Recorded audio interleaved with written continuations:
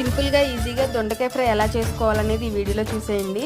Oil వేసుకొని కొంచెం దొండకాయ, పచ్చిమిర్చి, కరివేపాకు అయితే వేసుకోవాలి. తర్వాత పసుపు కూడా యాడ్ చేసుకొని కొంచెం ఫ్రై అయిన తర్వాత కొబ్బరి పొడి ఉంటుంది కదా, మన కాజు పులావ్ చేశాను కదా, అందులో ఉన్న కొబ్బరి పొడి అనేది వేస్ట్ చేయకోకుండా ఇందులో అయితే యాడ్ చేసుకున్నాను. తర్వాత కొంచెం కారము, ఉప్పు అయితే యాడ్ చేసుకొని బాగా మిక్స్ చేసుకున్న తర్వాత ఫైనల్లీ కర్రీ అయితే రెడీ అయిపోయింది.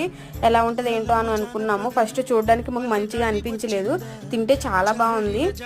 బాగా ఫ్రై చేసుకోవాలి, కొంచెం పేషెన్సీతో అయితే ఫ్రై చేసుకోవాలి. టైం అయితే ఎక్కువే పడుతుంది. ఇంకా నాకు మోస్ట్లీ దేన్ని వేస్ట్ చేయడం నచ్చదు, ఇంకా అందుకని కొబ్బరి పొడి కూడా ఇందులో వేసేసి మిక్స్ చేస్తాము.